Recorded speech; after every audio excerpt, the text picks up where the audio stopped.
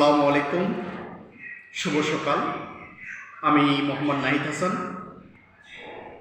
আপনাদের সামনে একটা বিষয় নিয়ে কথা বলবো। সেটা হচ্ছে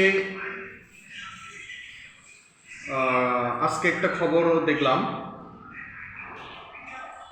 উপদেষ্টা, নৌ পরিবহন উপদেষ্টা, তিনি বলেছেন কেউ যদি 100 টাকা ঘুষ খায় তাহলে তার চাকরি থাকবে না। কথাটা শুনে বা দেখে আমার অনেক ভালো লেগেছে। আসলে এইরকমই হওয়া দরকার। কেউ যেন 10 টাকা ঘুষ না খেতে পারে। এই অন্তর্বর্তীকালীন সরকার এটা নিশ্চিত করতে হবে।